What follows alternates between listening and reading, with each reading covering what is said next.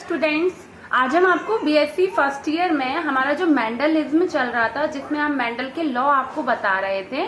अब मेंडल के लॉ के बाद हमें यहाँ पर कुछ शॉर्ट क्वेश्चंस भी हमारे पुटअप होते हैं, जैसे फिनोटाइप कैरेक्टर्स, जीनोटाइप कैरेक्टर्स। तो आज हम आपको जीनोटाइप और फिनोटाइप के बारे में बताएंगे और साथ ही साथ होमोजाइगस एंड हेट्रोजाइगस में अंतर बताएंगे क्या होते हैं।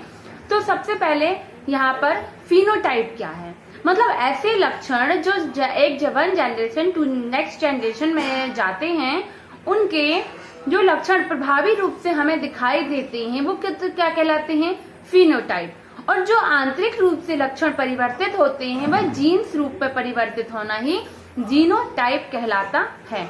ठीक है, तो फिनोटाइप और जीनोटाइप। अब हम डेफिनेशन के अकॉर्डिंग आप कैसे लिखेंगे फिनोटाइप को, तो वे लक्षण जो प्रत्यक्ष दिखाई देते हैं उन्हें फिनोटाइप कहते हैं। उदाहरण के लिए चूहा का काला रंग, ब्लैक कलर, अर्थात बाह्य आकार के अनुसार जो जीव का प्रकार होता है उसे फिनोटाइप, मतलब जो बाह्य रूपरेखा और आकार है वो फिनोटाइपिक लक्षण कहलाता है। जैसे कैपिटल टी और स्मॉल टी विषम युग्मी है, क्योंकि इसमें एक कैपिटल है टी और एक स्मॉल है, तो कैपिटल और स्मॉल मतलब ये विषम युग्मी कहलाए। ठीक है, जिसको हम हेट्रोजाइगस कहते हैं। देखिए यहाँ पर हेट्रोजाइगस वर्ड भी क्लियर हो गया है, जैसे आपको होमोजाइगस और हेट्रोजाइगस पूछेंगे। ठीक, जिसकी प्रभावी लक्षण टी कैपिटल टी लंबापन तथा अप्रभावी लक्षण स्मॉल टी बौनापन है, किंतु जो प्रभावी लक्षण है वह F1 पीढ़ी में दिखाई देता है, क्योंकि यहाँ प्रभावी लक्षण ही माने जाते हैं। और जैसे कैपिटल टी अगर प्रभावी है और स्मॉल टी के साथ, तो कैपिटल टी प्रभावी ही माना जाएगा, यानी डार्क ब्लैक कलर।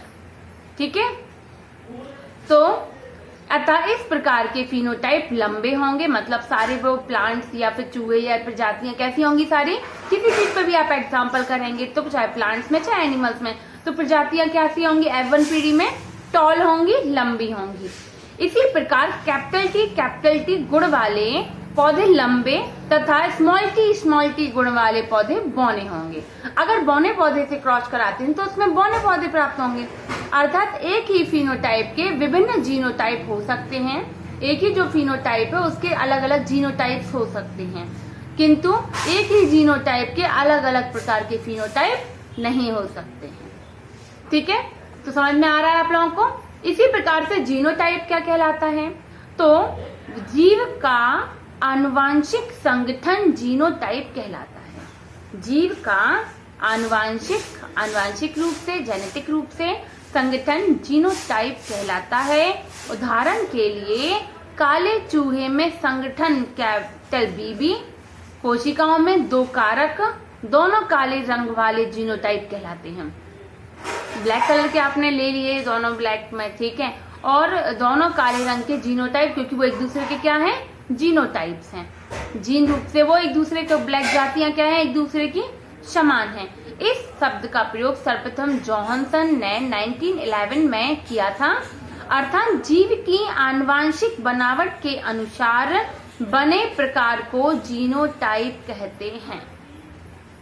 जीव की आनुवांशिक बनावट के अनुसार बने प्रकार को जीनोटाइप कहते हैं। इसमें आनुवांशिक कारकों या जीन्स को दो अक्षरों द्वारा प्रदर्शित किया जाता है। आनुवांशिक कारकों एवं जीन के अक्षरों द्वारा, दो अक्षरों द्वारा इसको प्रदर्शित करते हैं, और दोनों अक्षर एक ही प्रकार के होते हैं। मान लीजिए कैपिटल हो गए या स्मॉल हो गए, तो कैपिटल आर हो गया, और कैपिटल टी, या फिर सपोज मान लीजिए कि स्मॉल टी और स्मॉल टी है आदि। ये क्या है, सजातीय होमोलोगस जोड़े कहलाएंगे, मतलब एक दूसरे के, एक ही जाति के होमोलोगस जोड़े में कैपिटल आर और कैपिटल आर इक्वल टू, मान लीजिए कैपिटल आर से रेड कलर को शो किया, और कैपिटल टी से लंबापन शो किया, और स्मॉल टी से बौनापन को प्रदर्शित किया जाता है। तो ये तो हो गए आपके फिनोटाइपिक और जीनोटाइपिक लक्षण। ठीक है, अब हम मान लीजिए आपसे डिफरेंट बिटवीन के अकॉर्डिंग आपसे कोई क्वेश्चन बनता है, होमोजाइगस और हेट्रोजाइगस क्या है। तो एक होमोजाइगस के बारे में बता रही हूं मैं, एक जीन के दोनों युग्म विकल्पी एलीज, एक जीन के दो युग्म विकल्पी एलीज समान होते हैं, जैसे स्मॉल टी या कैपिटल टी। ठीक है, तो ये क्या है, समान है, तो ये होमोजाइगस कहलाए और केवल एक प्रकार के युग्मक बनते हो। इसमें कैसे, सेकेंड पॉइंट है, एक ही प्रकार के युग्मक बनते हैं।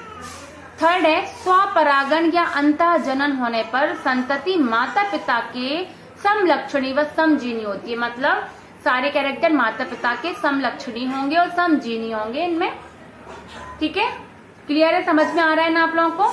अब इसी प्रकार से हेटेरोजाइगस क्या है, एक जीन के दोनों युग्म विकल्पी, एक जीन के दो युग्म विकल्पी अभी क्या थे, समान होते थे, यहाँ पर असमान होंगे अगर, तो कैपिटल टी और स्मॉल टी, ये क्या कहलाएंगे, हेटेरोजाइगस कंडीशन कहलाती है।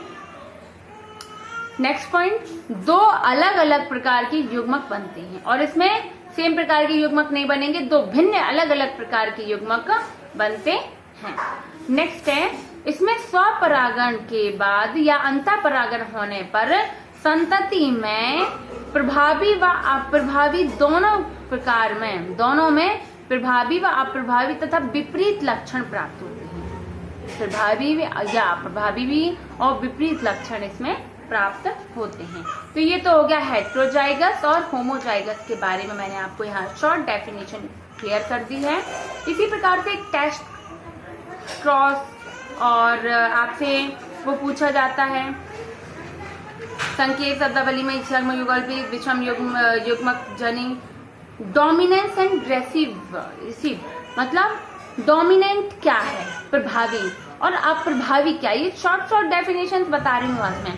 प्रत्येक विषम युग्मकी में दो विपरीत लक्षण, अगर दो विपरीत लक्षण है कैपिटल टी और स्मॉल टी, ठीक है, तो इसमें से प्रभावी कौन होगा, जिसमें प्रभावी लक्षण बड़ा रूप से दिखाई दे रहे हैं। तो प्रत्येक विषम युग्मी में, विषम युग्मी मतलब कैपिटल टी और स्मॉल टी, समझ रहे हैं ना, अभी तो मैंने समझाया। हेटेरोजाइगस जिसमें दो भिन्न लक्षण वाले हैं, दो विपरीत लक्षण वाले जीन होते हैं, परंतु उनमें से एक ही स्वयं को व्यक्त करता है, एक अपने आप को रिप्रेजेंट करके उभर रहा है, वो चाहे उसका कलर हो, चाहे उसकी कोई भी, चाहे उसका शेप हो, कोई भी चीज उभर रही है, तो परंतु उनमें दो विपरीत लक्षणों में से एक लक्षण उभर कर या फिर स्वयं को व्यक्त करता है, दूसरा छिपा रहता है लक्षण। अतः जो जीन व्यक्त होता है, जो लक्षण उसको व्यक्त कर रहा है, स्पष्ट रूप से हमें दिख रहा है, वो उसका प्रभावी लक्षण कहलाता है। क्या कहलाएगा, प्रभावी लक्षण या प्रभावी जीन।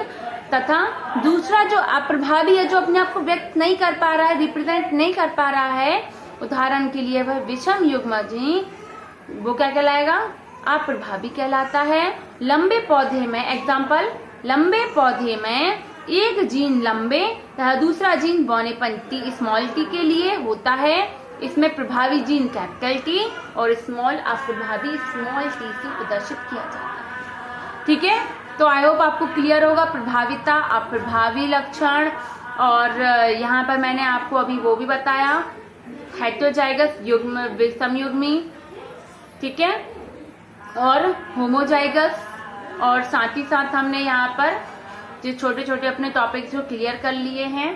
ठीक, तो आज के लिए इतना ही स्टूडेंट्स, और जो भी क्वेश्चंस हैं, छोटे टेस्ट क्रॉस, आपको बैक क्रॉस, ये सब हम आपको बता देंगे। Thank you.